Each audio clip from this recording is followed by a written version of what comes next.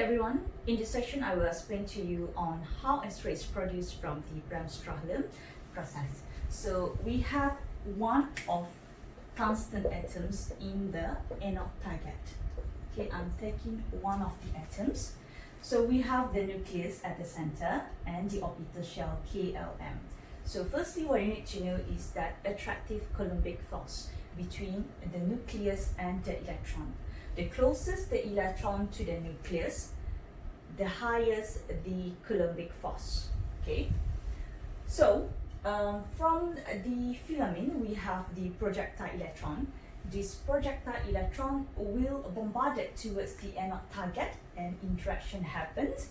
And when the electron is close or approaching the nucleus, due to the Coulombic force here, it's slowing down the acceleration of the electron, causing this electron to deviate from its original path. So should be the electron travel in a straight path or straight line, but because of this attractive Coulombic force, it deviates the path by slowing down the electron. When the electron is slowing down, it lost its kinetic energy. Then the loss of that kinetic energy is known as X-ray or Bremsstrahlung X-ray.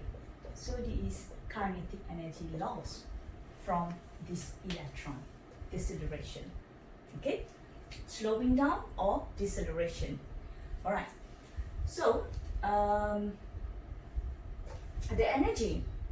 So if you look at here, we have two different electrons.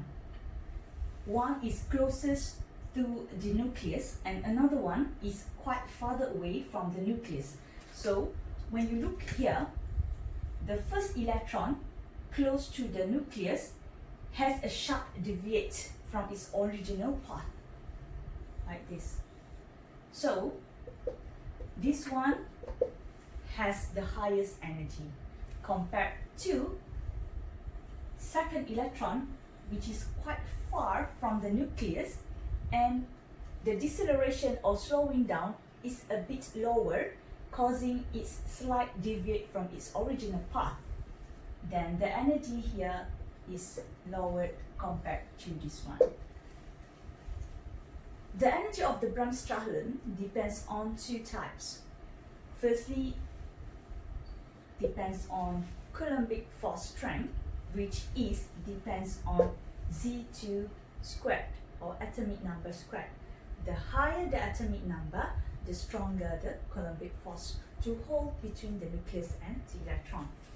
And the another one, it depends on the closeness of the electron with the nucleus.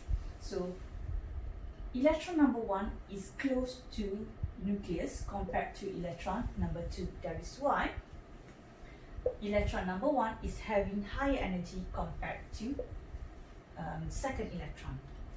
Then if let's say we have third electron coming and it impacts the nucleus directly at 180 degrees, we are going to have energy maximum. If let's say the energy is 70 keV like previous assumption, then the energy is going to be 70 keV. If the electron bombarded directly on the nucleus, then we can have the E maximums. Alright, and then due to Bremsstrahlung is equals to kinetic energy loss, then law of energy is conserved. So look at here, this is a spectrum of energy from the Bremsstrahlung. Y-axis is denoted as number of X-ray produced and X-axis is energy that we produce. So Bremsstrahlung differed to characteristic X-ray in terms of energy. It is made of spectrum energy. So energy is ranging spectrum of energy, which is energy is ranged from 0 to maximum energy. If let's say we choose from the panel 70 kV, then the maximum can goes up to 70 keV.